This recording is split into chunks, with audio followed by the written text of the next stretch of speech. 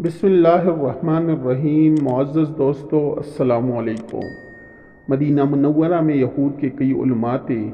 یہود کے پاس حضرت موسیٰ علیہ السلام پر نازل شدہ تورات اصل حالت میں تو باقی نہیں رہی تھی۔ جو کچھ بچا کچا حصہ تھا اس میں انہوں نے خاص تبدیلی کر دی تھی۔ پھر بھی آخری نبی صلی اللہ علیہ وآلہ وسلم کی بعض نشانیاں اس میں لکھی باقی رہ گئی تھی۔ یہود کے عالموں میں سے ایک عالم سب سے بڑے سمجھے جاتے تھے۔ انہوں نے تورات میں نبی آخر الزمان صلی اللہ علیہ وآلہ وسلم کی نشانیاں پڑھ رکھی تھیں۔ چنانچہ وہ مدینہ کے لوگوں سے کہتے رہتے تھے، لوگو، آخری نبی کا ظہور ہونے والا ہے۔ نبوت کے 11ویں سال حج کے موقع پر بنو خزرج کے کچھ نیک انسان اللہ کے رسول پر ایمان لے آئے۔ جب یہ لوگ مکہ سے مدینہ آئے تو انہوں نے انہیں بتایا کہ جس نبی کی تم باتیں کرتے رہے ہو ان کا ظہور ہو چکا ہے۔ وہ مکہ مکرمہ میں مبعوث ہوئے ہیں اور ہم لوگ ان پر اپنی خوشی سے ایمان لے آئے ہیں۔ انہوں نے تورات میں نبی آخر الزمان صلی اللہ علیہ وآلہ وسلم کی جو علامات پڑھی تھیں ان کے مطابق سوالات کیے اور انہیں فوراً یقین آ گیا کہ یہ وہی نبی ہیں جن کا ذکر تورات میں ہے۔ اب تو وہ دن رات بے چین رہنے لگے۔ آخر نبوت کے 13ویں سال میں نبی کریم صلی اللہ علیہ وآلہ وسلم مکہ مکرمہ سے ہجرت کر کے مدینہ منورہ تشریف لے آئے۔ انہیں کسی نے خبر کر دی کہ اللہ کے رسول تشریف لے آئے ہیں۔ یہ سنتے ہی انہوں نے نعرہ تکبیر بلند کیا۔ ان کا نعرہ سن کر ان کی پھوپھی نے کہا، ان صاحب کے آنے سے تمہیں اتنی خوشی ہوئی ہے کہ شاید موسیٰ علیہ السلام بھی تشریف لے آتے تو تم اتنے خوش نہ ہوتے۔ یہ سن کر وہ بولے، پھوپھی جان، اللہ کی قسم یہ بھی موسیٰ علیہ السلام کے بھائی ہیں اور اسی مقصد کے لیے دنیا میں تشریف لائے ہیں جس مقصد کے لیے موسیٰ علیہ السلام آئے تھے۔ پھوپھی نے کہا، بھتیجے، کیا یہ واقعی وہ نبی ہیں جن کی تورات اور دوسری آسمانی کتابوں میں خبر دی گئی ہے؟ انہوں نے فوراً کہا، بے شک یہ وہی ہے۔ اس پر پھوپھی نے کہا، تب تو یہ ہماری بہت خوش قسمتی ہے کہ اللہ کے رسول صلی اللہ علیہ وآلہ وسلم خود ہمارے شہر میں تشریف لے آئے ہیں۔ اس گفتگو کے بعد نبی کریم صلی اللہ علیہ وآلہ وسلم کی خدمت میں حاضر ہوئے۔ پھوپھی بھی ساتھ تھی۔ اس طرح دونوں ایمان لے آئے۔ یہ ایمان لانے والے خوش قسمت حضرت عبداللہ بن سلام رضی اللہ عنہ تھے اور ان کی پھوپھی حضرت خالدہ بنت حارث رضی اللہ تعالی عنہ تھی۔ اب ان کی خواہش تھی کہ ان کا سارا گھر اسلام قبول کر لے۔ انہوں نے گھر کے افراد کو اسلام کی دعوت دی۔ سب لوگ اسلام لے آئے۔ خود حضرت عبداللہ بن سلام رضی اللہ عنہ فرماتے ہیں، جب سے میں نے رسول اللہ صلی اللہ علیہ وآلہ وسلم کی نبوت کا ذکر سنا تھا میں آپ پر غائبانہ ایمان لا چکا تھا، لیکن میں نے اپنا ایمان کو یہودیوں سے پوشیدہ رکھا تھا۔ نبی کریم صلی اللہ علیہ وآلہ وسلم کو دیکھتے ہی مجھے پختہ یقین ہو گیا کہ آپ ہی نبی آخر الزمان ہیں۔ تاہم مزید اطمینان کے لیے میں نے آپ سے 3 سوال پوچھے۔ علامات قیامت میں سے پہلی علامت کون سی ہے؟ اہل جنت کو پہلی چیز کھانے کی کیا ملے گی؟ وہ کون سا سبب ہے جس کی وجہ سے بچہ کبھی ماں کی شکل پر ہوتا ہے اور کبھی اپنے باپ کی شکل پر؟ رسول اللہ صلی اللہ علیہ وآلہ وسلم نے پہلے سوال کا جواب یہ فرمایا، وہ ایک آگ ہوگی جو لوگوں کو مشرق سے مغرب کی طرف ہکا لے جائے گی۔ دوسرے سوال کے جواب میں آپ نے فرمایا، مچھلی کا جگر کھلایا جائے گا۔ تیسرے سوال کا بھی نبی کریم صلی اللہ علیہ وآلہ وسلم نے کافی شافی جواب دیا۔ تینوں سوالات کے جوابات سنتے ہی حضرت عبداللہ بن سلام رضی اللہ عنہ ایمان لے آئے۔ پھر انہوں نے کہا، یا رسول اللہ، میں اپنی قوم یہود کا سردار ہوں، ان کے سردار کا بیٹا ہوں۔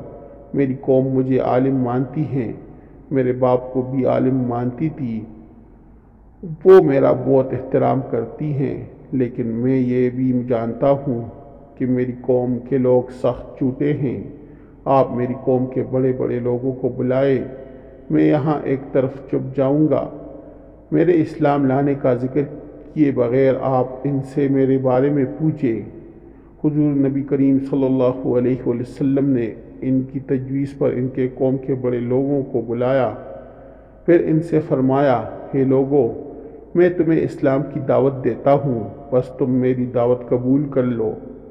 یہودوں کے بڑوں نے جواب دیا، ہم اسلام قبول نہیں کرنا چاہتے، ہم جس طریقے پر ہیں وہی ہمارے لیے بڑا ہے۔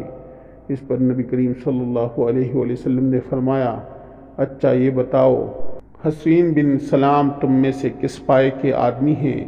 حضرت عبداللہ بن سلام رضی اللہ تعالی عنہ کا نام اسلام لانے سے پہلے حسین تھا۔ جواب میں انہوں نے فوراً کہا، وہ ہم سب میں اچھے ہیں اور سب سے اچھے فرزند ہیں، ہمارے سردار ہیں، ہم میں ان کے برابر کا کوئی عالم نہیں، ان سے زیادہ کوئی احترام کے قابل نہیں۔ نبی کریم صلی اللہ علیہ وآلہ وسلم نے ان کا جواب سن کر فرمایا، اچھی بات ہے، اگر وہ مسلمان ہو جائے تو تم ان کی پیروی کرتے ہوئے مسلمان ہو جاؤ گے۔ جواب میں وہ پکار اٹھے، اللہ نہ کرے کہ وہ مسلمان ہوں، ایسا کبھی نہیں ہو سکتا۔ اللہ کے رسول صلی اللہ علیہ وآلہ وسلم نے انہیں آواز دی، وہ وہیں ایک کونے میں چھپے ہوئے تھے، بلند آواز سے کلمہ شہادت پڑھتے ہوئے باہر نکل آئے، پھر یہودیوں سے بولے، اے لوگو، اللہ سے ڈرو، تمہیں خوب معلوم ہے یہ اللہ کے رسول ہیں، ان کا دین سچا ہے، پھر بھی تم ایمان لانے سے انکار کر رہے ہو۔ یہ سن کر یہودی پھر گئے، چیخ کر بولے، تم جھوٹے ہو، ہماری قوم کے بدترین آدمی کے بیٹے ہو۔ حضرت عبداللہ بن سلام رضی اللہ تعالیٰ عنہ نبی کریم صلی اللہ علیہ وآلہ وسلم کی طرف مڑے اور عرض کیا، یا رسول اللہ، آپ نے دیکھا، مجھے ان کی طرف سے اس فضول بات کی امید تھی۔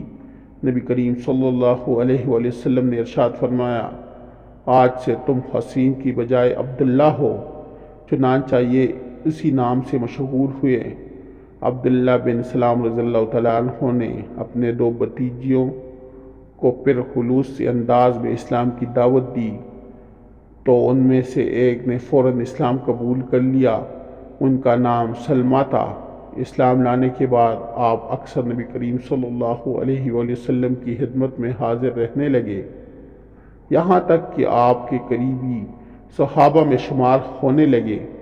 آپ صلی اللہ علیہ وآلہ وسلم نے ان کے بارے میں فرمایا، عبداللہ بن سلام اہل جنت میں سے ہیں۔ حضرت عبداللہ رضی اللہ تعالیٰ عنہ میں عاجزی اور انکساری قوت تھی۔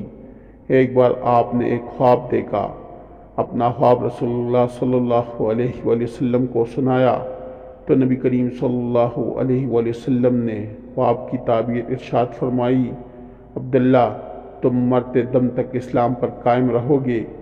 ایک بار آپ لکڑیاں کا گٹا کمر پر لادے بازار میں جا رہے تھے، چونکہ اپنے قبیلے کے رئیس تھے اور اللہ نے دولت سے بھی نوازا تھا، اس لیے لوگ انہیں اس حالت میں دیکھ کر حیران ہوئے۔ کسی نے کہا، عبداللہ، اللہ نے آپ کو اتنا کچھ دے رکھا ہے، پھر یہ لکڑیاں آپ نے کسی مزدور سے کیوں نہ اٹھائیں؟ جواب میں آپ نے فرمایا، میں اپنے نفس کو غرور سے پاک رکھنا چاہتا ہوں۔ میں نے اللہ کے رسول سے سنا ہے، جس کے دل میں رائی کے برابر بھی تکبر ہوگا وہ جنت میں داخل نہیں ہوگا۔ آپ نے غزوہ خندق میں اور اس کے بعد باقی غزوات میں شرکت کی۔ مورخوں نے لکھا ہے کہ آپ غزوہ بدر اور احد میں شرکت نہ کر سکے۔ حضرت عثمان غنی رضی اللہ تعالیٰ عنہ کے خلاف جب فساد برپا کرنے والوں نے بغاوت کی اور آپ کے گھر کو گھیر لیا تو عبداللہ بن سلام رضی اللہ تعالیٰ عنہ حضرت عثمان غنی رضی اللہ تعالیٰ عنہ کے گھر تشریف لائے۔ ان سے کہا، یہ لوگ آپ کو قتل کرنے پر تلے ہیں، آپ مجھے حکم فرمائیں، میں آپ کے لیے کیا کر سکتا ہوں؟ جواب میں حضرت عثمان غنی رضی اللہ تعالیٰ عنہ نے ان سے فرمایا، جا کر ان لوگوں کو سمجھاؤ۔